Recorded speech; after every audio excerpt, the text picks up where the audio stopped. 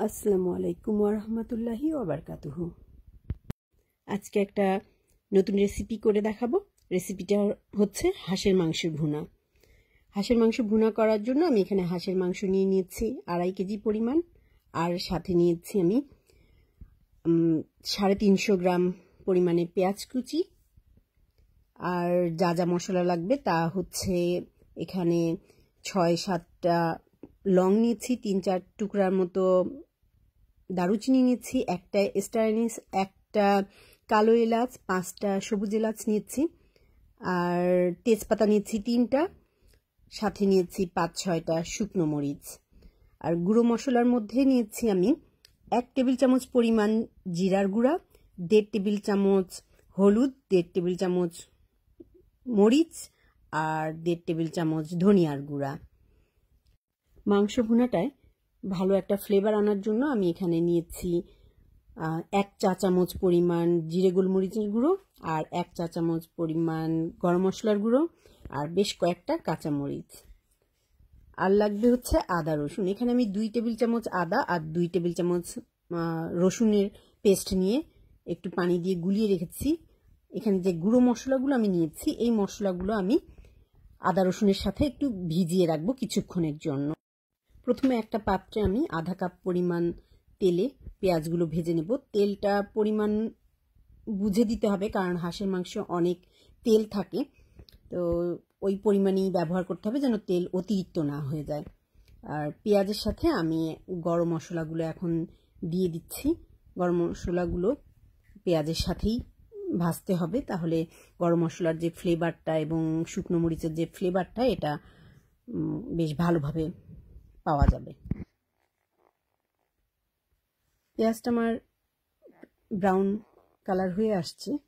এখন এতে আমি যে মশলাটা ভিজিয়ে রেখেছিলাম ওটা দিয়ে দেব, দিয়ে বেশ ভালোভাবে কষে নেব। আর সাথে মশলার পেয়ালাটা ধুয়ে একটু পানিটাও দিয়ে দেব, তাতে করে মশলাটা পুড়ে যাবে না। এবং খেয়াল রাখতে হবে অবশ্যই যেন মশলা ভালোভাবে কষা হয়, পুড়ে না যায়।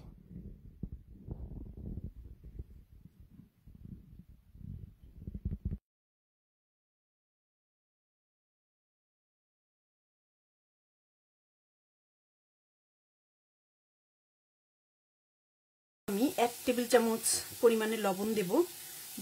তারপর পরে রান্না যখন কাছাকাছি হয়ে আসবে তখন আবার একবার টেস্ট করে দেখব কেমন লবণ আরও কতটুক লাগবে। সব সময় একসাথে অনেক লবণ তরকারিতে দেওয়ার চেষ্টা করবেন না, তাহলে অনেক সময় হয় কি লবণ বেশি হয়ে যায় তরকারি। তো প্রথমের দিকে একটু কম লবণ দিয়ে তারপরে পরে টেস্ট করে সেই পরিমাণে লবণ দেওয়ার চেষ্টা করবেন, তাহলে কখনোই আর তরকারিতে লবণ বেশি হয়ে যাবে না। আমার মশলাটা কষা হয়ে গেছে, এখন আমি এতে মাংসগুলো দিয়ে দেব।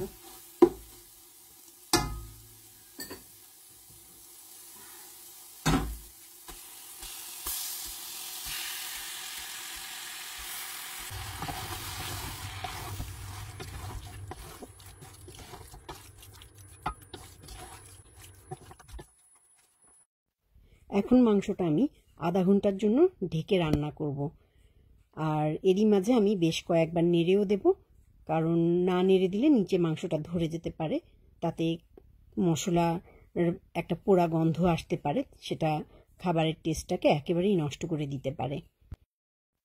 প্রায় 40 মিনিট রান্না হওয়ার পর আমি এখন দেখছি যে অনেকখানি পানি উঠে আসছে, কারণ হাঁস থেকে পানি ছেড়েছে। আর আমি এটা মিডিয়াম আঁচে রান্না করছি, তো পানিটা আর একটু শুকাবে, এটা আমি কষে নেব। তো আরও 10-15 মিনিট আমি এটাকে রান্না করব। এখন একটু আমি নেড়ে দেবো এটাকে বেশ ভালোভাবে। আসলে সময় ধরে তো ওভাবে রান্না করা যায় না, কারণ মাংস কখনো দেখা যায় যে তাড়াতাড়ি গলে যায়, কখনো দেখা যায় যে অনেক সময় লাগে গলতে। তো এটা যার যার উপরে নির্ভর করছে সে কতটুক সময় রান্না করবে বা কতটুক সময় কষে নিতে হবে। তো আপনারাও সেভাবেই চেষ্টা করেন আপনাদের কতটুক সময় লাগতে পারে। এটা অবশ্য সহজেই বোঝা যায় তরকারির রং এবং ধরন দেখলেই। মাংসটা বেশ ভালোভাবে কষা হয়ে গেছে। তো আমি এখানে 1 মগ পরিমাণ গরম পানি দিয়ে দেব।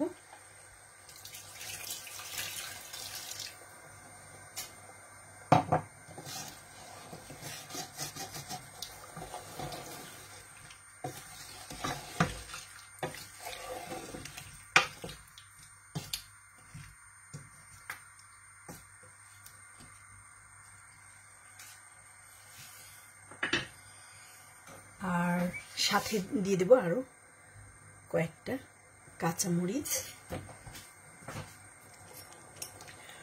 আর এখানে দিয়ে দিব গরম মশলা উপর থেকে।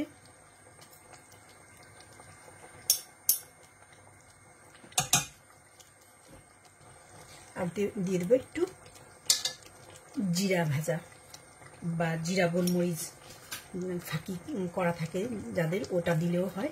এটা দেওয়ার কারণ হচ্ছে হাঁসে অনেকের একটু গন্ধ লাগে, যে হাঁসের মাংস খেতে পারে না।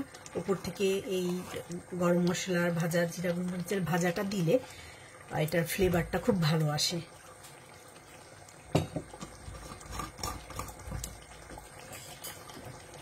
তো আমি এটাকে একটু নেড়ে দেব যেন মশলাগুলো মাংসের সাথে বেশ ভালোভাবে মিশে যায়।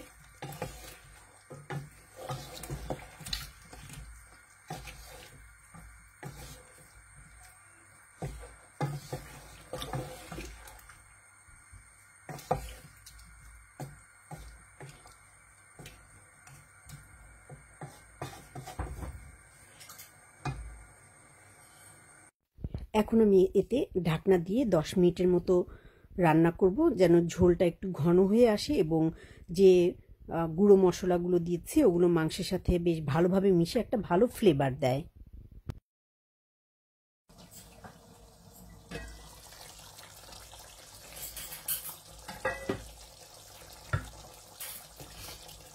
ভালো একটা সুবাস আসছে মাংসের মধ্যে, আর মাখা মাখা ঝোলও আছে।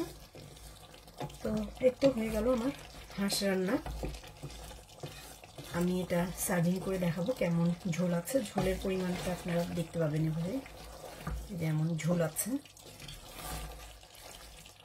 মশলার ফ্লেভারটা, মশলার স্বাদটাও, লবণ পারফেক্ট। আশা করি আপনাদেরও ভালো লাগবে ইনশাল্লাহ।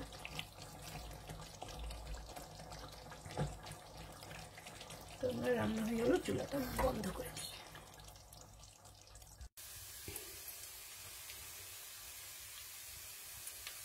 ঝোলটা দেখতে পাচ্ছেন কেমন হয়েছে, এমন মাখা মাখা ঝোল হবে।